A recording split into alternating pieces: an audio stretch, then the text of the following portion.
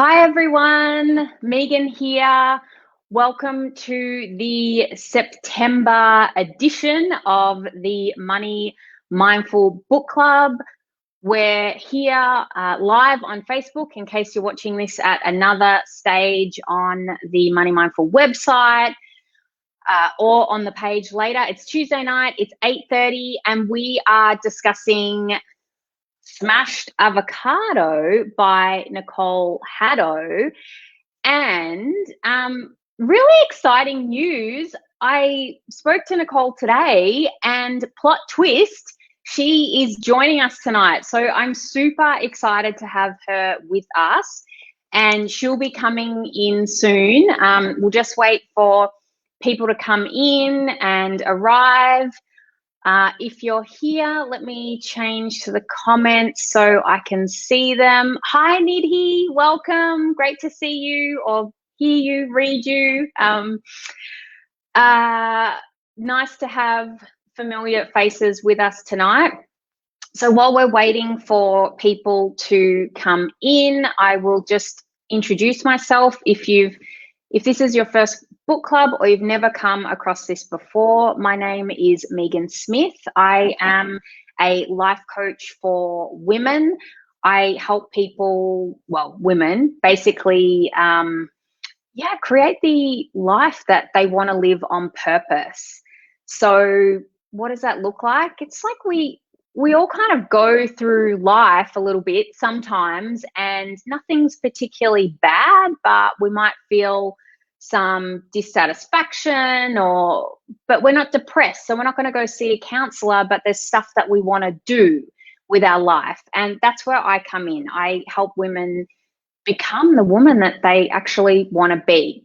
All right, so enough about me. I can see people coming in. Hi, Joe. Nice to have you here. Joe, if you missed the start, we actually have Nicole Haddow, the author, with us tonight. So she's going to be joining in really soon. So super excited for that. All right, let me check in with my notes. All righty. So I actually interviewed Nicole earlier this month on the podcast. I'll just check my calendar. It was the second week of this month, I think. Anyway, a couple of episodes ago, I had Nicole on the show, and it was called How to Crack the Property Market. I'm wondering, have any of you had a chance to listen to the podcast? Did you hear the interview? It was a good one. There's always like that awkward pause when I ask a question and there's that tiny delay. And also you guys, I know it takes time to type. You don't type like machines. All right, so how this is going to work tonight, it's like a little bit different. I am going to ask questions as usual, and the more you participate, the more you comment, the better. That's amazing. You don't want to just listen to me talking the whole time. But because Nicole is here with us, she is going to answer your questions as well. So if you've got questions for Nicole, go ahead and put that in the comments. I'll make sure that I touch base with the comments and we'll address any of those questions. As always, it's kind of feels strange saying it, but your thoughts matter. We want to hear what you have to say, but also be kind and respect other people's different opinions if they differ from yours. All right. So I always ask where you're tuning in from, and are you in pajamas? Do you have a glass of wine or tea? As usual, I've got lemon tea tonight. Cheers, everyone. What about you ladies? What's happening? Who's in their PJs?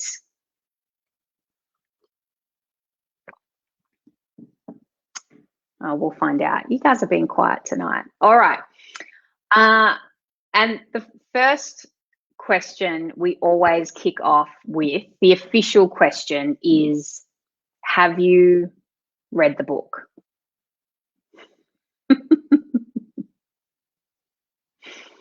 We'll see.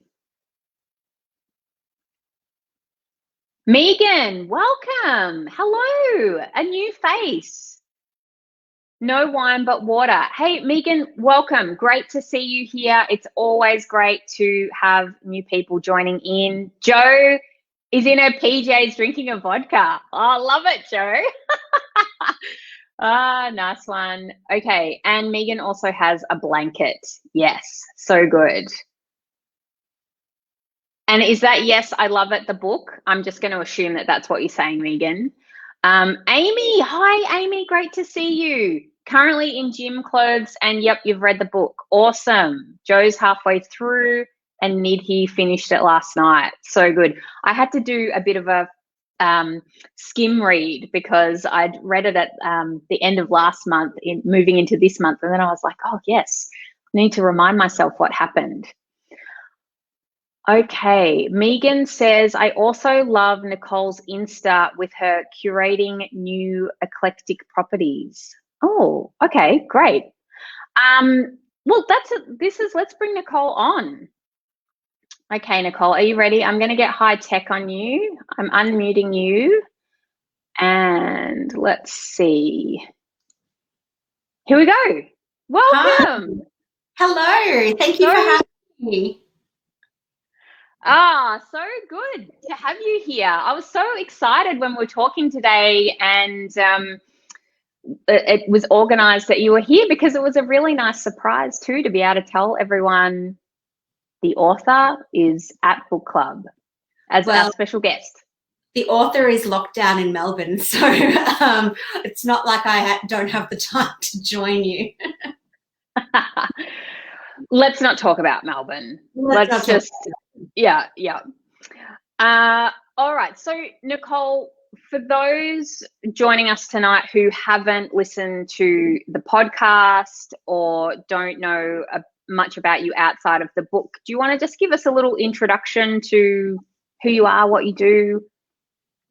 Yeah, absolutely. So, if you haven't read the book, no worries, and if you have, thank you very much. I started my career as a journalist.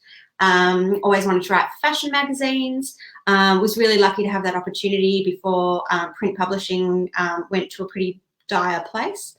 And then I went into advertising and social media and those sorts of roles, more of a digital space, and bought my first property back in 2014, January 2014. And during that time, I actually was so underprepared in that first year that I took a job writing the Australian Financial Review's property column, which is a pretty fortunate side hustle to have. But I, realized that I had to have a second job to make ends meet. And I am privileged. But it was still super, super hard just to manage that first year of, an entry-level investment property. And the upside of having that side gig was that I learned a lot about the top end of the property market. And I realized no one was talking to people like me. No one was giving my people, the millennials, excuse me, the information that they needed. And I thought, I'm just going to start a blog. And, I started, following other people on Instagram and finding out what they were doing and how they did it and building some relationships. And ultimately that resulted in the opportunity to write a book. So super lucky, very interesting path to writing a book. Never thought I was going to write a book like this, but it's been a real joy. So that's so interesting. So what's the timeline, Nicole, from when you bought the house to writing the book? And I'm curious, did you ever have something in the back of your mind like this could be something I could write about, or did it come from left field? At the time, I didn't think it was something that I would write about. I mean, historically, when I was a journalist, I was writing was doing ridiculous things for magazines. Like I road tested dating apps for Cleo, and I had relationship therapy for magazine. So I was very used to putting myself in the story, but I didn't see this as a story because it was just life. It was just me getting up at the crack of dawn, drinking my smoothie in the car on the way to work. Sometimes it would take 90 minutes a day. There was no story in, driving to and from work. It wasn't until I moved past that difficult period that I realized that there was a story in it and that people needed to know what I'd learned, because I was in the really fortunate position when I started saving. I didn't think it was possible either. And it was because my dad's pretty handy with a spreadsheet and was able to sit down with me and tell me what the minimum amount that I needed was. And it was far more realistic than I ever thought that it was going to be. So it was when all of those pieces of the puzzle came together. So in answer to your question, moved home with my parents at 30 in 2013. 2012. Bought the property in early 2014. So that was just 12 months of really, really hardcore saving, 6.5 years of ownership. 2 of those years I lived in the property. 4 of those years I had a tenant in the property. Right. Okay. So I'm curious to know, those of you who are joining us tonight, are any of you in the position where you are actually buying your first property, or are we all homeowners here? I know some of you are homeowners, but is this something that some of you are working through now, trying to get your first property? And while we're waiting for the comments to come through, Megan says, yes, I found your podcast via Nicole's Insta today. Oh, how cool. And I'm looking forward to listening. Nidhi says, hi, Nicole. So nice to see you here. Hi, Nidhi. Thank you for joining. Nidhi has been here since the very beginning. She has been part of every book club. So I love it that you're here, Nidhi. You're just like, you're my person. I think if you didn't show up at book club, I'd be like, where's Nidhi? Megan says, I bought last year, was a huge achievement, which was assisted by my father. Okay, interesting. I find it almost impossible these days without help. Trish, welcome. Hey, Trish, currently a homeowner, but having to sell soon due to separation, but desperately wanting to save too, but again, as a single mum. Yeah, well, it's no joke, Trish. Like, it's challenging when you are a single person and have children that you need to look after as well. But, I don't think it's impossible, but might take longer. I mean, I don't know your financial situation, but I mean, sometimes when people say, yeah, you can do it, you sort of just want to punch them in the face. But, it's like, we can do these things when we put our mind to it. Whoa, there's so many comments coming in. Okay, so Amy says, not yet, but hopefully next year. Okay, so Amy, this is really relevant for you tonight then. Ella says, would love to buy property in the next couple of years. Still a little while off though. Yeah. Nidhi, a new rent investor here, jointly with my partner. Nidhi, did you live in a place before you rent vested, or did you just go straight into rent vesting? Be curious to know. And Megan says, I love that your book was this is for you, Nicole. I love that your book was so open and honest about crunching the numbers, your income and the challenges, speaking to the smashed Avo demographic. Yeah, and let's talk about that a little bit, Nicole, because that was really interesting that you said in the book, and I'm jumping ahead a bit here, that you didn't think that it was possible. So, and you write about it in the book that you chatted with your dad and he crunched some numbers for you. I mean, at that stage, did you think it was just a pipe dream? I mean, was that one of the things that really turned the needle for you, or whatever that saying is, that like this is actually possible? It felt like a pipe dream even when I started saving. So when I first moved home, my initial priority was to find a way to get out of debt or get some money in the bank. Like, I think I moved home with my parents at 30 with something like $150 in the bank and $11,000 worth of credit card debt. So it was more about just taking a breath, trying to get that under control. And I was really embarrassed that I'd found myself in that position. So I was quite resistant to it to begin with. But I was working towards a figure of about $25,000 to $30,000 in a 12-month period. Oh, my cat's here. This is Peach. Hi, Peach. Let's not let Dasha see. She's in the basket, so she'll be fine. She's like tucked up under the doona. So I can't remember what I was saying. Yeah, it took a long time for me to get my head around the fact that it was going to be possible. I think when we think about buying a house, you see house price numbers that are 500,000, 600,000, 700,000. But I realised I could buy an entry-level property, a super entry-level, very humble 2-bedroom place, 25 kilometres from the city in Melbourne, for less than $350,000. And that meant I could make that purchase with perhaps less than $40,000, depending on using lender's mortgage insurance. And for people who've read that book, they'll know that I cover that. It was really a question of, how many, sorry, not so much what the price of the property was, but the cost that was required to get in. And suddenly when you realise you're trying to save the price of a small car, not the price of the property, you can start to get your head around the possibilities. And that's not to say for a second that it's easy. I'm very mindful that, I had, generally speaking, a good job, often 2 incomes because I was a freelancer. This year with COVID-19, we're seeing incredible volumes of job losses. It's not easy. But at the same time, the sooner you start just getting in a savings habit, which is what I didn't do in my 20s, the better off you're going to be.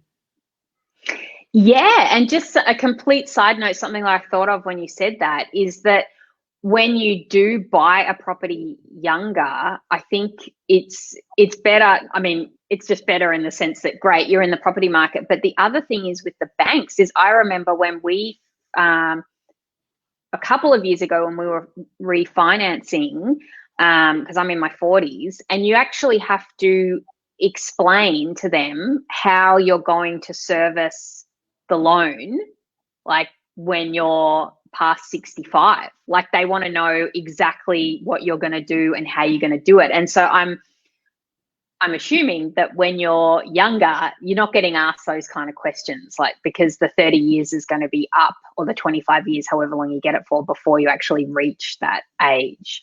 All right, let me catch up. Oh, sorry. Sorry, you catch up with the questions, but that's what I realised when I got into this and I started talking to people, is that the bank actually looks really fondly on people in their 20s and their 30s. The older you get, the harder it is to justify the mortgage, the harder it is to build equity. So the earlier you can get in any way that you can, provided that you can service that mortgage with a reasonable level of comfort, because in my first year I certainly didn't. It's really, really powerful. It's setting you up. Like, a lot of people will say, well, I'm just going to buy shares. And that's fine. My view is I've just started buying shares, but shares is part of the equation. But at the end of the day, if you're spending a significant amount of money paying off someone else's mortgage and then you arrive at 50 and try and get a loan, you're going to face a lot more hurdles than someone who's 30. Yeah. Absolutely. All right. So Joe says, Nicole, your 20s and 30s mirrored mine 150% and then some, except I may have been slightly wilder. I also found myself at 30 renting a ridiculously expensive apartment in St Kilda and owing 30K on my Audi convertible and a great job, but zero savings. Yes. Meeting my now husband, married at 32 and first child by 34, forced me into first home. Now we want to get to second property, but how? What's the best way? Joe, just draw down the equity from your first home. I hear you, Joe. So Joe's really lucky because Joe has a partner. And the other thing that I would say is I thought that I would buy with someone, and I was waiting to buy with someone. And I'm turning 38 in December, so this whole journey kicked off almost 8 years ago. And I'm still single, as fate would have it. So, and that's partly by life circumstances, partly by choice, partly just haven't met the right person, not someone that I want to make that level of commitment to. So Jo's in a really good position because she's got a partner with a job. She can certainly draw down on that equity in the property. If there's equity in the property, I'm not sure how long she's had it. I know right now banks are being super conservative with their lending due to COVID-19. It may well be wise just to wait and see what happens in the next 12 months. So I've actually just sold my Mordialloc property. I've got my investment earnings now sitting in an account, and I'm waiting to buy a property, but I'm in absolutely no rush because I don't know what the market's going to do right now. And Jo, in Melbourne, I don't think we're in for a very good time in 2021. Prices aren't racing away like they were a couple of years ago. Your best bet is potentially to wait. I don't know what your circumstances are. That's certainly not advice, but I would say keep watching the market. There's not a lot of stock out there right now because people are reluctant to sell. And we haven't seen any dramatic price falls at the moment, but I suspect in 2021, unfortunately, we will. Yeah, and also I mentioned, or did I mention, I might just have it in my notes and didn't say it, that if there's time as well, Jo, and everybody who's here, like you can ask questions about my property journey, Nicole's property journey, and happy to answer any of that. Like getting a second property is kind of not as hard as you think, but then also can be difficult. But yeah, we can talk about that for sure. Megan said, just going back to talking about your dad, he loaned me some of the deposit interest free. Yeah, awesome. I'm paying back over 5 years. That is so good, Megan. That is so good, because I'm guessing you might not have had to have paid mortgage lender's insurance if he's lent you some of the money to bolster up the deposit. I don't know, but woohoo. Yeah, I never say no to the loans from the parents, especially if they're interest free. Very lucky. Yeah, Nidhi says, love being here, Megan. Thanks so much for providing this medium. Such a great way to connect and learn from like-minded individuals. Heck yes, I love it too, Nidhi. So awesome. All right, hang on. Let me just skip. Wait. Okay, so Nidhi said she went straight to rent vesting. That's interesting. Okay, so we're renting through bought investment property. And Megan says, curious about that, Nidhi. I feel I would always want to live where I bought. Do you feel it's a smarter decision? And Nidhi, I haven't read it yet, but Nidhi says, I guess one has to keep the emotions out of it. We can't afford to buy where we want to live. Doesn't mean we can't invest somewhere else where we can afford and still get growth out of it. Yeah, totally. And that's what, I mean, my family, we live in New South Wales because of work, and we own a couple of investment properties, and don't live, we rent. And also we looked at buying when we moved back to Melbourne after first buying regionally, and it was just out of our price range. And so it made sense for us to buy. We ended up buying in another state, not Victoria, and just went into it totally knowing that that was going to be an investment property. And we just want to keep building our equity so we can eventually buy our own lovely home. There's lots of comments here, Nicole. Sorry, but go on. I think the only thing to consider with rent vesting, if you never live in it, so when I bought Mordialloc, I had to live in it for 12 months because at that time that was a requirement for me as a first home buyer if I wanted my stamp duty reduction. That's now changed. Having said that, I'm just going through the process now, having sold Mordialloc, and Couple of things here. I could have bought a second property off the back of Mordialloc without selling it, but there are a few things. It needed some work done to it. There are a few factors that just made it wise to sell when I sold. Being an apartment, I just wanted to get out of the body corporate situation and all of that sort of thing. But you do need to factor in capital gains tax. So if you don't live in that property and you hold it for a certain period of time and it's never been your principal residence, there are taxes that come with that. So that is a consideration. I've now reached, having said that, it was very good for me for the past 6.5 years. It did what it needed to do for me in terms of getting me into the market, building that equity. I've walked away with more than I paid initially.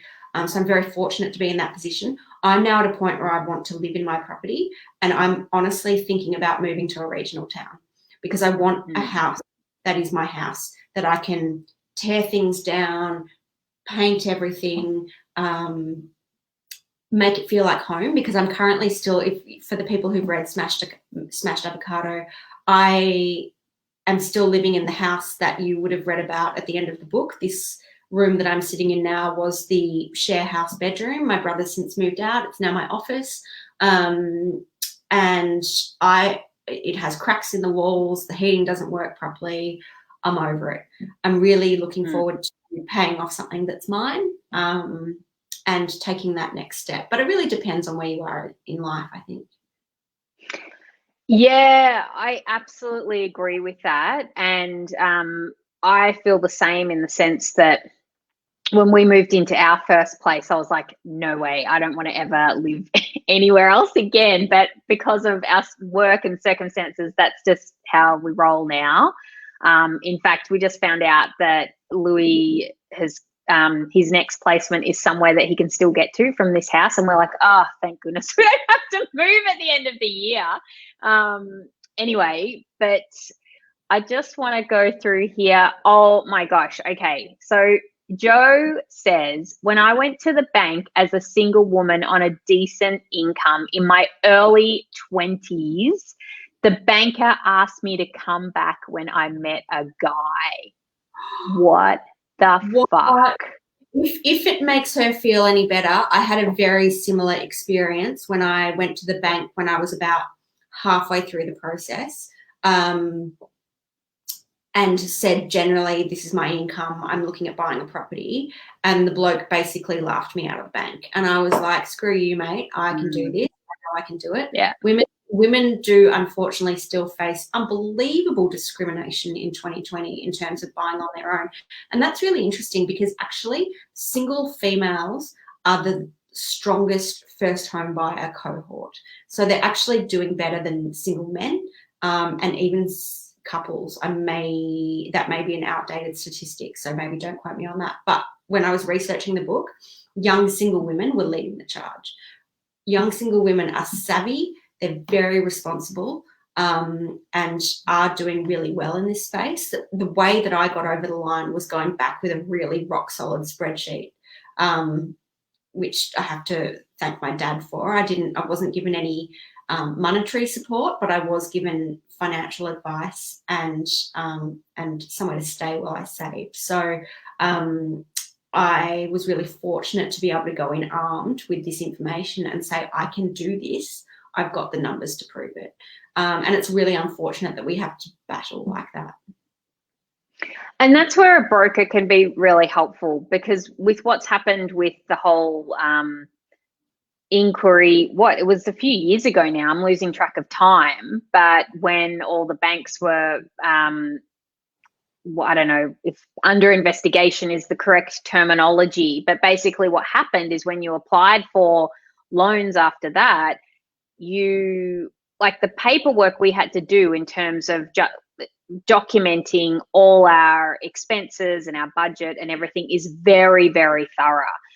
And depending on what broker you use and so forth, that makes a big difference, I think, because they'll straight up won't send you to a bank where they think you're going to get that sort of attitude. I mean, it's just, that really bugs me, but it doesn't surprise me, Joe. And yeah, Yeah. I th- Why? I think the other thing is the first time around I didn't use a broker because I didn't think I needed one, and I had the support of my dad and all of that sort of thing. This time I'm doing it without dad, and I do have a broker. And I think having a broker as the middleman or middlewoman, because my broker is female, I do think that having that person as the person that they don't see my face, they don't know who I am, they just see numbers on a page, they're less likely to pass judgment. Super unfortunate. But also I did buy Morty Alec before the banking inquiry, and was probably really lucky and unlucky in hindsight. I got a loan that I probably in many respects was, really on the edge of being able to manage. Now I'm in a much better financial position, and the money that I'm available to get is still not that great. So even with the larger sum that I've got as a deposit, the banks are far more conservative, which generally speaking I would say is a good thing. Sorry, I don't know if you can hear my dog, but she's dreaming behind me and kind of like doing these little crying noises. Oh, my cat does these little snores when she's sleeping in her pillow. Okay, so Jo says she owes 310K on current home that's worth 600 in current market, and have 600K in savings, but only one income as hubby doesn't work. Did I just read that right, Jo? Like you've got 600K in savings? Jo, like you could just buy a house outright and rent it out and get yourself, I don't know, 30,000 income from that. And or you could buy like 3 houses and get a loan, but with a 20% deposit down on all of them. I would really be talking to a broker, Jo, and or a financial advisor. Yeah, totally. But I mean, in terms of like how you can go with structuring, getting a second property, I mean, if you've got 600 in savings, you can buy a property outright, but you don't necessarily want to do that. But I mean, it's not outside of my wheelhouse in terms of I know what I'm talking about, but I'm not a financial advisor. So I don't want to like be telling you do this, do that. And especially because everybody's circumstances are different. But yeah, when you're talking those kind of dollars, the serviceability on the mortgages, they just look at whether you can pay it off or not, but it makes a big difference if you have a really big deposit as well. But that's where a mortgage broker who actually is a property investor themselves can help you, not one that doesn't invest in property. Because, I mean, in my personal opinion, when they're actually a property investor themselves and know the game, so to speak, I mean, personally, I just find that better, because if they're not investing in property, they don't understand the ins and outs of using equity and so forth. Anyway, let's keep going. Megan says, will there be a smashed Avo 2? And we spoke about this on the podcast. We did speak about this on the podcast. Look, I'm not meant to talk about it because it's a very, very long way away, but I will say that I am working on something. I'm working on a few things actually. Smashed Avo 2 is in the works, but it's potentially going to be quite different to the original Smashed Avo.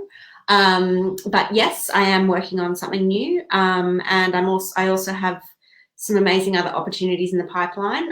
They're all COVID-19 pending. So a couple of things that I thought were going to happen in 2020 and 2021 have been pushed back somewhat.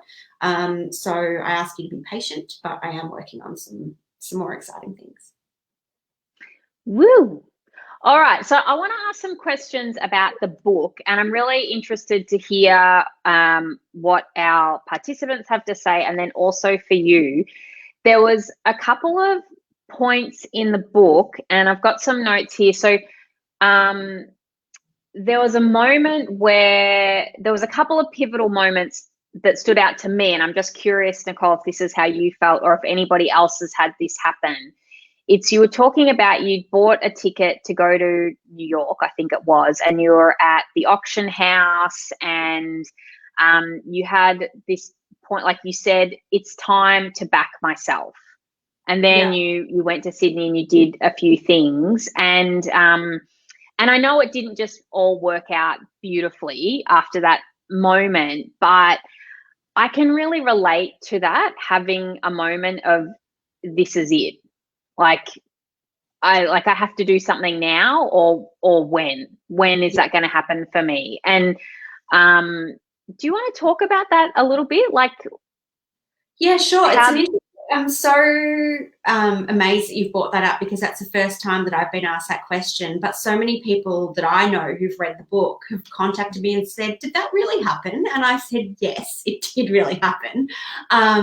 It was ridiculous to be invited to Christie's auction house in New York and interview the vice president in the first place. But that moment where I'm standing there and they happen to be auctioning jewelry on the day that I'm there, and this woman makes me put on this necklace, like I felt like I was in How to Lose a Guy in 10 Days, you know, when she puts on that really expensive necklace. And I'd gone there on my own, and my boyfriend at the time didn't want to travel. And I'd always wanted to go to New York, and I'd had this opportunity, and I was like, well, I have to go. So I'm in New York by myself. And I thought, this relationship is never going to go where I want to go, because we don't share the same values. And so that was the moment where I thought, I have flown to New York on my annual leave, but I'm still doing some work as part of my trip. And that's how driven I am. He doesn't have that drive. And that's fine. We don't have to live the same life, but the reality was we just weren't on the same page. And it was the moment that I realized that I was okay on my own. One thing that I kind of subtly explore in the book is that sometimes when you're in a relationship, you can get really stuck. And some of the best things that I've done in my life, I've done just for me on my own. I wouldn't have had the life that I've had if I'd been in a long-term relationship. I would have loved, in many respects, to have been in long-term relationships, and I've had some lovely relationships, but there's always a time to go, is this serving me or is it not? And that's something that I ask myself all the time. Are my current circumstances serving me? And I've asked myself that now during the pandemic, and the answer is no, which is why I'm working towards my next step. So always just kind of confronting myself and making sure I haven't slipped into a comfort zone that's not doing me any favors, if that makes sense. Yeah, totally. And I'm going to pose a question here to everyone with us, because that sort of moves us into the next point, is that when you came back and you're saying that you're at the dinner with your family, and it was your significant, I think it was your 30th, the significant birthday at Donovan. Is Donovan's even still there in St Kilda? Joe, you must know if it's still there. Yeah. Stoke House burnt down next door. They rebuilt it. Donovan's is still there. Donovan's remains my favourite restaurant, but I haven't been there since my birthday because it brings back such bad memories. But I've got to go. It's been 8 years. I've got to go. Yeah. Well, St Kilda is where I grew up in my teenage years. But yes, I haven't been back there for ages as well, and haven't been there. In fact, here's just an interesting fact. I met my partner of 15 years at the George Public Bar, because he used to work there, the downstairs bar.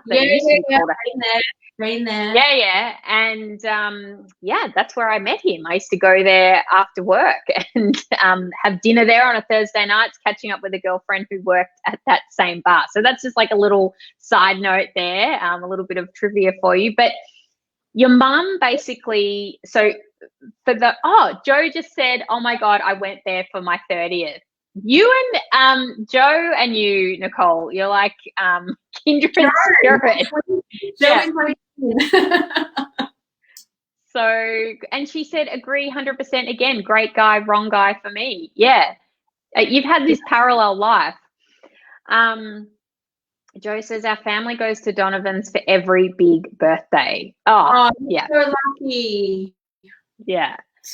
So your mum basically pulled you aside, like after you got upset, and your mum actually sounds like a badass, and was just like, look, what are you going to do? Either cry about it or set a goal to work towards. Yeah, like, so I love that about your mum.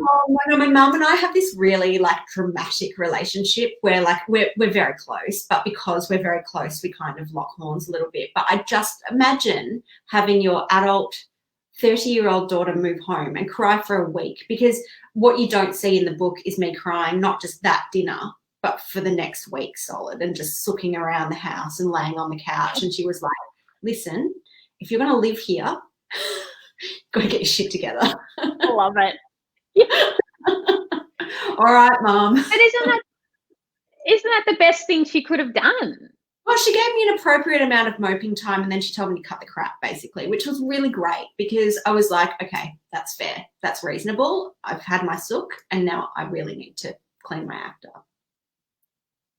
Yeah. And so does anyone else feel like they've had, because these are the two things, it's like a pivotal moment in their life where it's like, this is my time, I have to do something, like however it is that you think of it, and then actually decide a goal and go for it.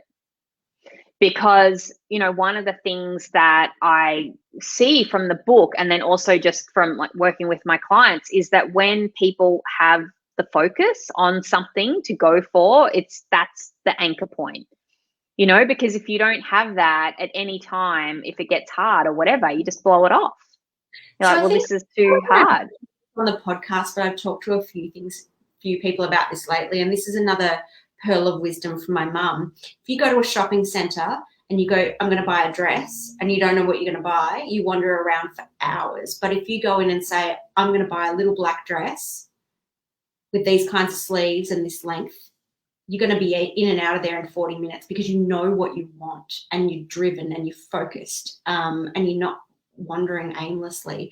And the same applies for buying. I mean, when I sold Morty Alec, I wasn't planning to sell this year. It was because my tenant moved out in COVID-19, property needs some work, decided to sell it as is rather than doing a reno. And I didn't know what I wanted to buy, but now I've narrowed down a couple of scenarios for my next step, and all of a sudden I'm seeing things.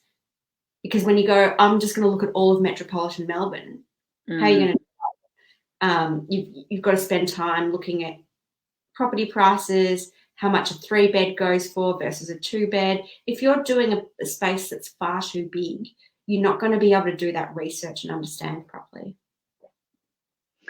Yeah. So what are people thinking? Do you have goals, like specific things that you're working towards, like financial goals or property goals, or they're just out in St Kilda?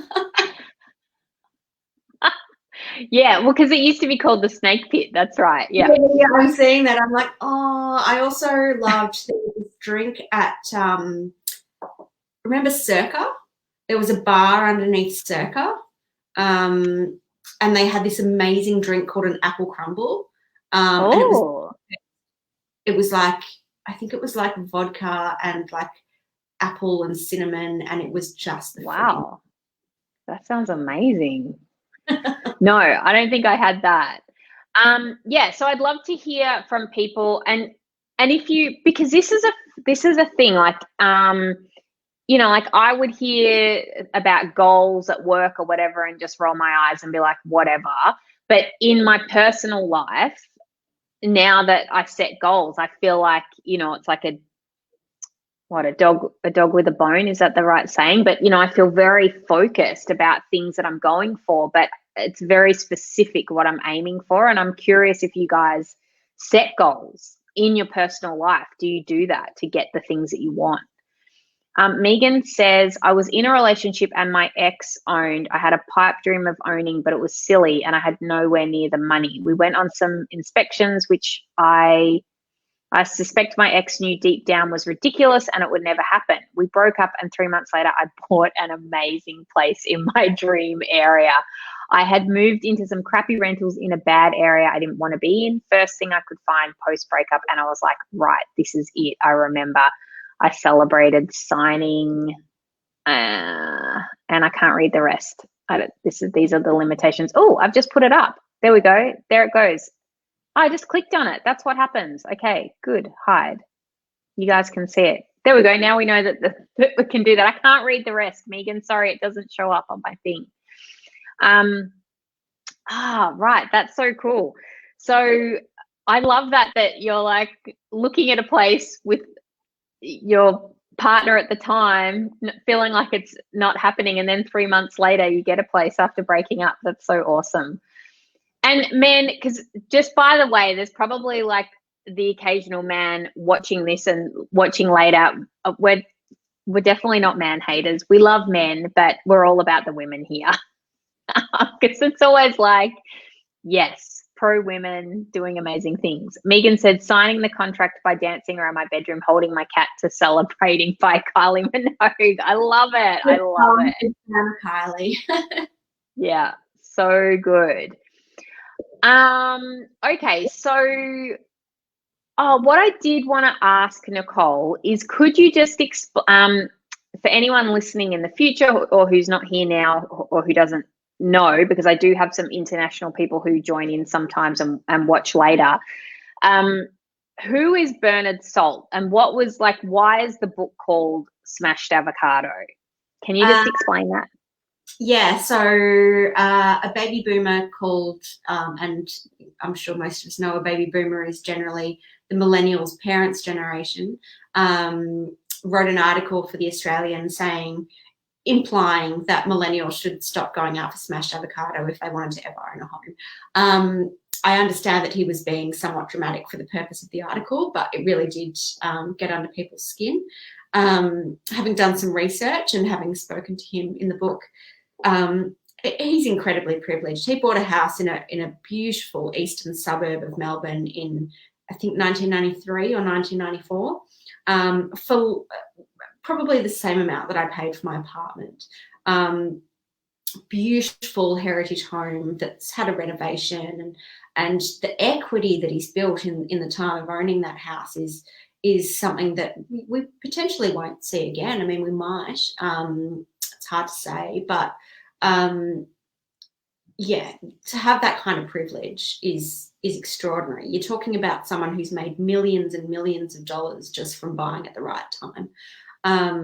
So to have that kind of comment made is pretty offensive. And that's why obviously millennials got pretty upset, because, you know, we're living in share houses. You know, I'm well on my way to being 40, and I certainly didn't think that I was going to be living the way that I live now. It's really, really hard. And yes, interest rates were higher then, but we've got, you know, HECS debt, really unstable gig economy. Now we've got COVID-19. It's a really, really difficult and very different world for millennials.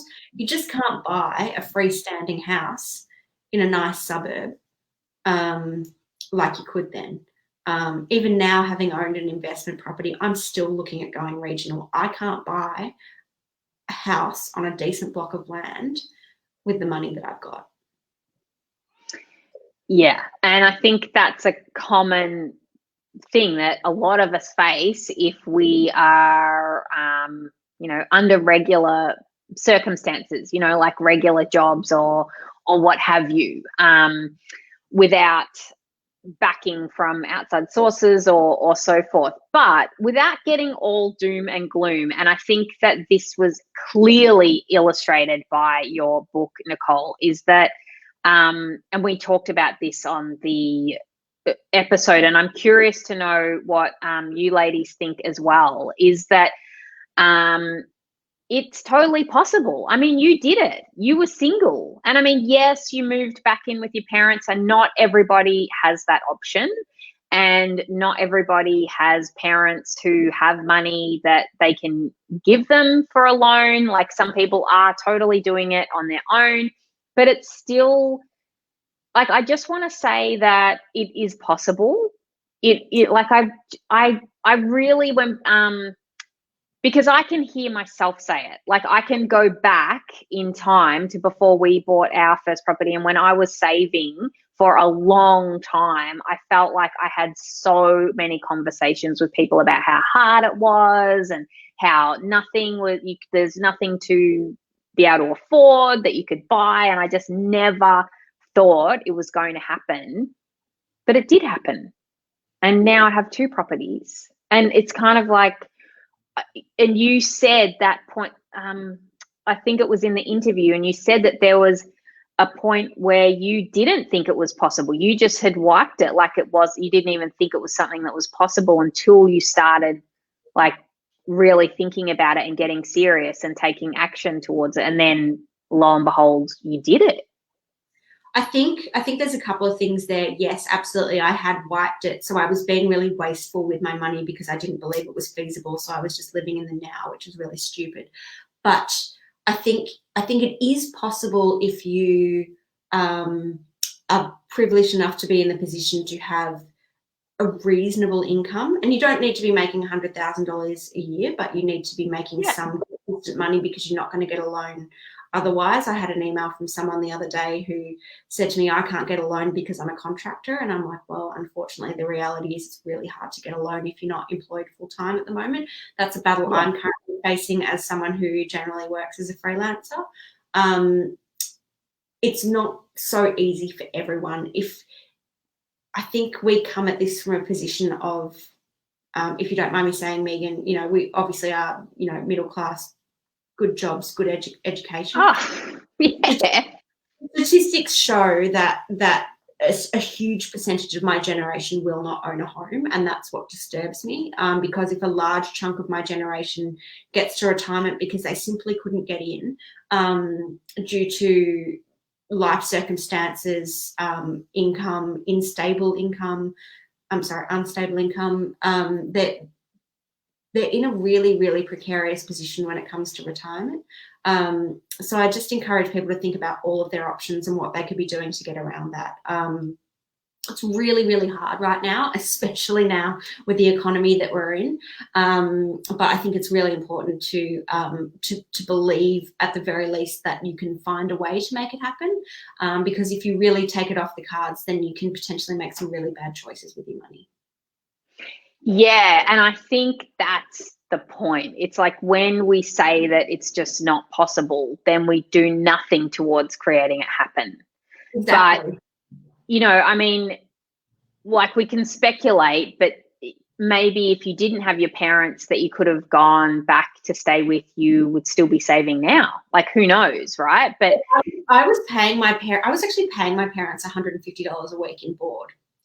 Which covered my, contribution to bills and a little bit of rent and internet and the privileges that came with living at home. So I was still spending $150 a week to live with my parents. So I didn't just rock in and save everything that I earned.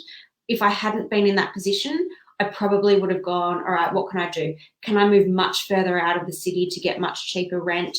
Can I house sit? What can I do to maximize my income? It's the question is, how badly do you want it? And can I make it happen? Yeah. And I just love that you did it. Like, I mean, I know some people get along with their parents. I mean, hi, mum and dad, if you're watching, but there was a stage where I moved back in with my dad when I went back to uni, but yeah, it's different when you're a grown up, and it was honestly really, really weird.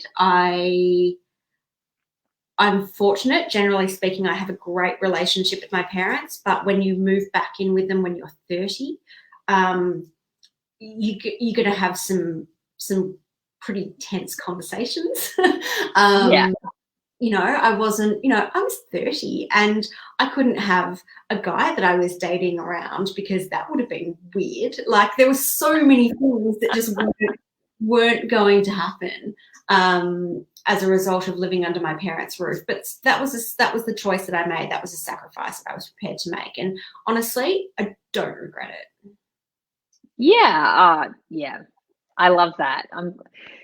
I just think it's fantastic that you did it. It's like you just dug in and made it happen, which is so, so cool. All right, let's have touch base with these comments. So Megan said, hang on, Megan. I agree the gap between our wage and house prices are never higher. We have less help, more internships, yeah, and doing work for exposure we never got. Free uni cards are stacking against us. Yes. I'll be clear, I have a townhouse apartment in a block of 20. I have no garden, a stacker for a car park, and a shitty body corporate, which is $350 a month. Don't even, but it's mine and I love it. I'm so lucky. Yeah, I mean, Megan, that's the thing. Like, you're in. You've done something for yourself, and I think that's so cool. And Joanne says, my mum sold her property in Cockatoo for an incredible amount and building a house to retire in for half the price with the remaining to retire on. Yes, regional is awesome.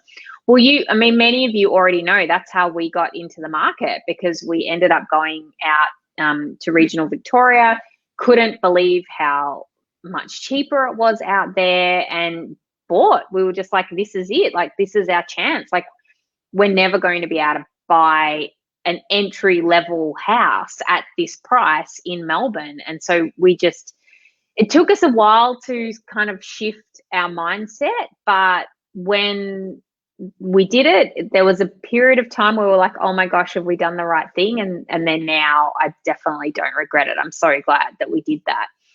Trish says, oh yes, sorry, just in terms of those comments, Megan, awesome that you bought a townhouse, even though you've got body corporate, because at least it's a townhouse. I'm really trying, Jen, for me personally, to avoid going back to an apartment scenario, knowing what I've learned. I've realised it depends on what your strategy is, but if your strategy is capital growth, so if your strategy is making sure that you maximise the potential growth value of that property, land can be really beneficial, which is why I'm potentially looking at regional. Certainly not signed anything yet, but I am, and like, I can't even leave Melbourne right now, so I can't even inspect properties. But land is really where the value is, and I think sometimes we get all caught up in even though I post on my Smashed Avo Insta, really cool interiors, the value is actually the land that those interiors are on. So that's what you did, obviously, Megan, in terms of buying a regional property. You bought land. Yeah. And not that big either, because regional towns are getting onto it too. Like, a lot of places, they subdivide now. They cut the blocks in half, but still it's so much bigger than what you would get in Melbourne. So we're kind of getting towards the end here. I just want to remind you, like, if you've got a question for Nicole, type it in, because we're coming to a close soon. But I think that's a really interesting point, Nicole, that you just brought up about the beautiful interiors. And I wonder, and I'd like to pretend that I wasn't like this, but the truth is I am. I see all these beautiful pictures on Instagram and Pinterest and places, and I now have become accustomed to that's what houses look like. And, we lived in this beautiful rental in Melbourne in the western suburbs before we came up here. We just we're really fortunate we found this renovated house in sort of near sunshine, and it was so cool. And, with beautiful sliding barn door into the kitchen and all these great things. And then now we're up here and there is nothing wrong with the house that we're in, but it's not Pinterest worthy inside. I'm going to show you this. You guys are really going to enjoy this. So this is my rental from the book, Smashed Avo. So when you read about Richmond and I talk about the cracks in the wall, here is one of the cracks in the wall. I've lived in places like that. That really pretty print there trying to disguise what is this house. Yeah, and I'm curious if anyone else feels like that. Like, I have certain expectations where sometimes I think, I need to live somewhere that is really beautiful because that's what I see all the time now, and that's what I expect. And yet, is that actually realistic? Because we never used to see that kind of stuff growing up before social media. With that mentality, like my parents, when I was growing up, we lived in the crappiest houses and we didn't even care. Like, what was important? We had a backyard, and they were just rubbish houses that my parents were working really hard to at least have something for us in a nice, decent neighbourhood.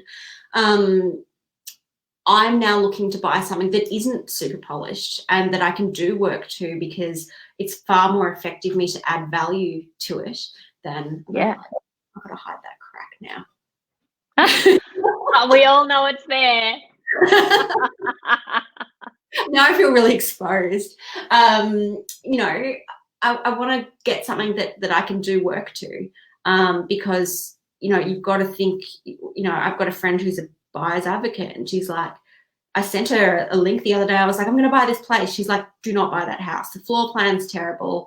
The land size is not big enough for the price. You've got to think about all of these factors that are, you can buy something that you love, but it doesn't have to be something that, you've just seen on Grand Designs.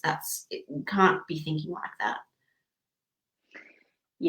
Yeah, that's a good point. All right, we've got some questions here for you. Amy says, what finance books are you reading at the moment, Nicole, or one that you've read recently that you would recommend? Do you know what? I'm going to be really honest with you, Amy. Thank you for asking that question. I'm not currently reading any finance books because I'm writing a finance book, and my brain is quite full of that information at the moment. Reading more is putting me over the edge. What I am reading is I'm going for walks in COVID-19, listening to really average chick lit on Audible. So good. Not always in the headspace of finance. Podcast that I'm listening to at the moment that I've just got onto is Equity Mates, which is a podcast by two really down-to-earth blokes talking about investing, which I'm finding really interesting. But sorry, Amy, I'm not reading a finance book just at this moment in time. And Nidhi says, what do you recommend, Nicole, buying a property jointly with your partner or individual, as which situation aligns better for borrowing from the bank? Nidhi, interesting question. I can't make a recommendation because I've never been in the position of buying with a partner, and I wouldn't want to make a recommendation either. Again, as Megan said earlier, I think this is a sort of scenario where you need to talk to a financial advisor or a mortgage broker to understand what the tax benefits are. So there are, pros and cons to having a dual income, and, looking at ways to deal with the tax that comes with all of that. So I feel really terrible. I can't answer that question. I would say talk to a professional. Yeah, well, Nidhi, there was, I had Obu Ramaraj on the podcast last week, I think. Sorry, I lose track of, but she's a mortgage broker, and she talks a lot about what is the good things to do in terms of getting a loan with the bank. So I can't remember if we covered that or not, but you could check that out. Joe says, hang on, should we invest in just property or other also? Jim, so that's really interesting that you asked that, Joe. I always thought that property was going to be my sole thing. I've since understood that the returns in the share market, if you time it right and do a long hold, can be super beneficial. So I'm now in the process of diversifying. The reason I love property is because it has that dual benefit of being a roof over your head. But there are expenses that come with owning a property: renovating, maintaining, the mortgage itself, body corporate if you buy an apartment. So I guess it really depends on what your long-term goals are. But what I'm learning more and more is never to put all of your eggs in one basket. Yeah, I invest in property and shares, Joe. But it's each to their own. Yeah, it really is personal finance because it's personal. And that's kind of annoying when people say that, I find, because you just want someone to tell me how to do it. But because everyone's situations is different, don't you think, Nicole? It's just we're all in such different situations. Totally. I had a conversation the other day with someone who was really interested in investing in art. And that was something that they loved and they were passionate about, and they were happy to rent and buy art, and they were being really strategic and they understood the market. I'd never even entertained the idea of investing in art. There are so many things that you can invest in. I say at the end of the book, because I realised when I bought Morty Alec that I lost a lot of myself during that first couple of years of home ownership, is if you can find a way to invest in things that enhance your lifestyle rather than take away from it. You don't want to spend years chipping away at a mortgage and having no life, you know, and arriving at the end of 30 years with a house and not really having had many experiences. It's about finding a way to build wealth while still enjoying your life as well. Yeah, I agree with that as well, Nicole. It's like finding that balance. And I mean, that might mean that you have like a period of time where it's like you knuckle down. But yeah, I think there's got to be an end goal. Like you've got to know why you're doing it. Yeah. And, or can you do it in a way that's more feasible, like stretch out the time frame, for instance? That can make a big difference too. Well, we have gone over time. It's past 9:30. We're going to turn into pumpkins any moment, Nicole. So I'm going to wrap this up. Is there anything that you want to say before we finish up? Not really. Just thanks to everyone who's taken the time to join us for a chat. Feel super lucky that people have read and connected with the book, and good luck on your property journey. Well, thank you so much for joining us tonight. I really appreciate it. And it's so fun when you have the author on to chat. So I really appreciate you being here tonight, Nicole. Thank you very much. My pleasure. Thank you so much for having me. You're welcome. All right, let's switch over to here. And before you all go, and Nicole, everybody is saying thank you so much. Thanks, such a great surprise. Yeah, it was a surprise. It was a surprise for me too. Okay, so before you go, next month, I've already announced it on the email, and this is for you guys. This is why I did this, because I don't know if you can remember, cast your mind back a few months ago, we talked about time, and I talked a tiny little bit about how I manage my time, and you all said that you were really interested in that. So next month we are reading Time Warrior by Steve Chandler. Don't be put off by the cover. I sort of maybe I'm too judgmental, but it's kind of like funny for me. But I love this book. I think this book is so awesome, and I hope you like it too. It's really a different way to look at time.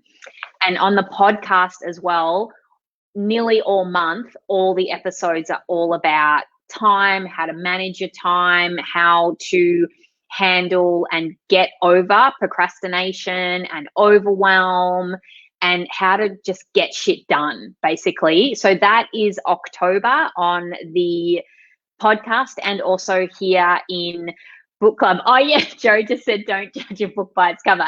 Totally, absolutely. Thank you again for joining me here tonight. I always look forward to being here with you on book club. It is my absolute pleasure to spend the evening with you. So until next month, have a beautiful month. Bye-bye.